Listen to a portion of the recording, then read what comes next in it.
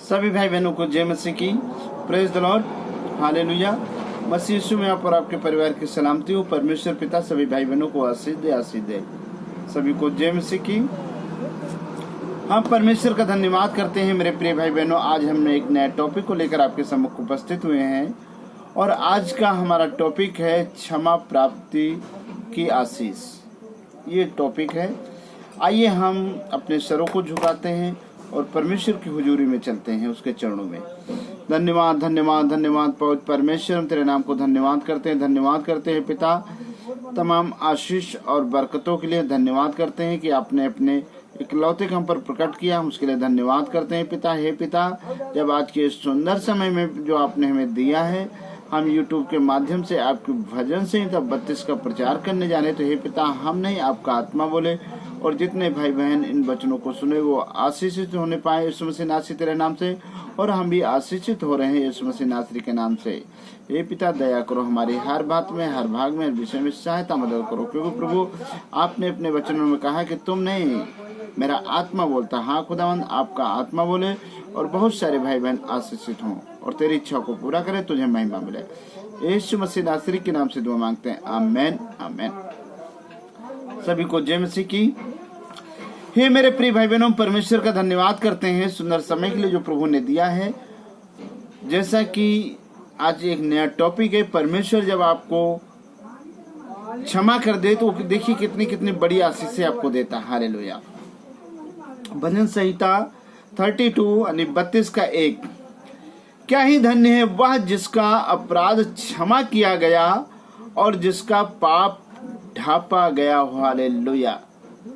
परमेश्वर अपने वचन को पढ़े और सुने जाने पे आशीष दे। हे मेरे प्रिय भाई बहनों, परमेश्वर का वचन कहता है धन्य है वह मनुष्य जिसका अपराध क्षमा किया गया और जिसका पाप ढापा गया। और 2 नंबर आयत में लिखा है, क्या ही धन्य है वह मनुष्य जिसके अधर्म का यहोवा लेखा न ले और जिसकी आत्मा में कपट न हो। Hallelujah, praise the Lord. ये मेरे प्रिय भाई बहनों, परमेश्वर हर एक भाई बहनों का लेखा लेगा। जो आपने किया है इस पृथ्वी पर, उसका हर एक सेकंड का, हर एक घड़ी का वो लेखा लेगा। और उस वक्त जब लेखा लेने लगे तो यदि आपके वो पापों अपराधों को क्षमा कर दे, आपको पापों को ढक दे, तो आप धन्य हैं। और जिसके अंदर कोई कपट न हो, जिसके अधर्म का लेखा परमेश्वर न ले, वो मनुष्य क्या है? धन्य। हालेलुया। 3 नंबर आयत में लिखा है, जब मैं चुप रहा तब दिन भर कहते कहते मेरी हड्डियां पिघल गई। हालेलुया। ये मेरे प्रिय भाई बहनों, वचन कहता है कि जब मैं चुप रहा तो तब दिन भर कहते कहते मेरी हड्डियां, आपके अंदर जो असाध्य रोग लगा हुआ है, बीमारी लगी हुई है, वो आपको नहीं छोड़ रही। आप परेशान है, दवा करते करते परेशान है, क्योंकि रात दिन में तेरे हाथ के नीचे दबा रहा और मेरी तरावट धूप काल की सी झुर्राहट बनती गई। हालेलुया। और जब परमेश्वर आपसे रूठ जाए, परमेश्वर आपसे नाराज हो, तो ही मेरे प्रिय भाई बहनों, आपके जीवन बहुत सारे दुख, बहुत सारे संकट आते रहते हैं।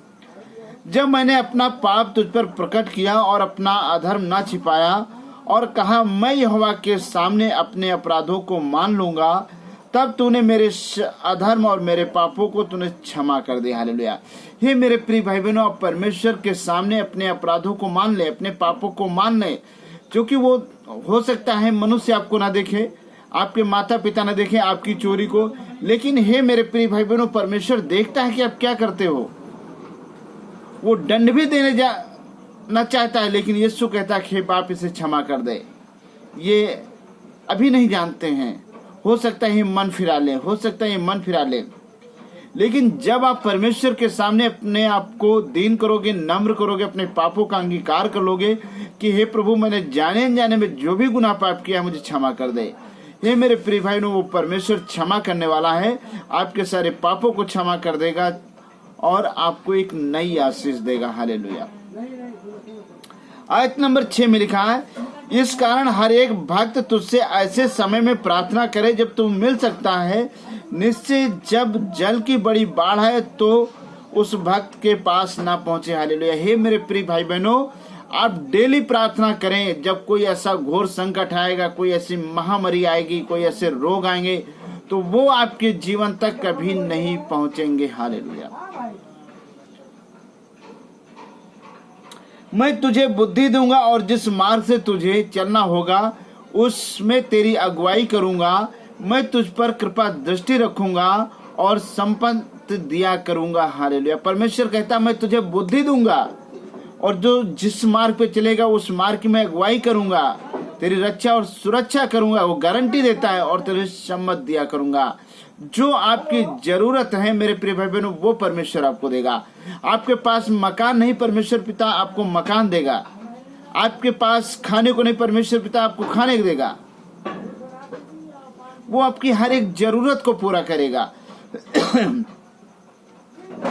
क्योंकि यदि तुम अपना अपराध, अपना गुनाह स्वीकार कर लो कि हे प्रभु मेरे मन से, मेरे आत्मा से, मेरे हाथ पैर से गुनाह हो गया, तो परमेश्वर कहता है ठीक है, तूने गुनाह मान लिया तो मैं तुझे क्षमा कर दूंगा। परमेश्वर अब आपको दंड नहीं देगा।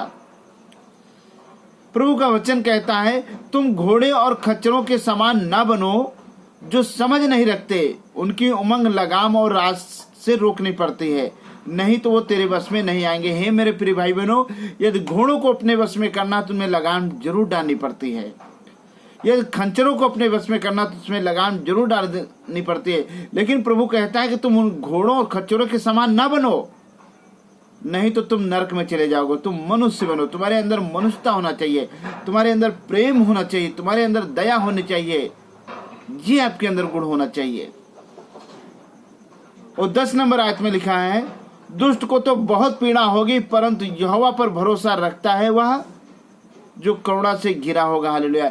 हे मेरे प्रिय भाई बहनों, दुष्टों को तो अथाह पीड़ा होगी, लेकिन जो परमेश्वर पे भरोसा रखता है उसको पीड़ा नहीं होगी। थोड़ी देर पीड़ा होगी, लेकिन वो पीड़ा किस तरह आई, किस तरह चली जाएगी, वो उसको नहीं एहसास होगा।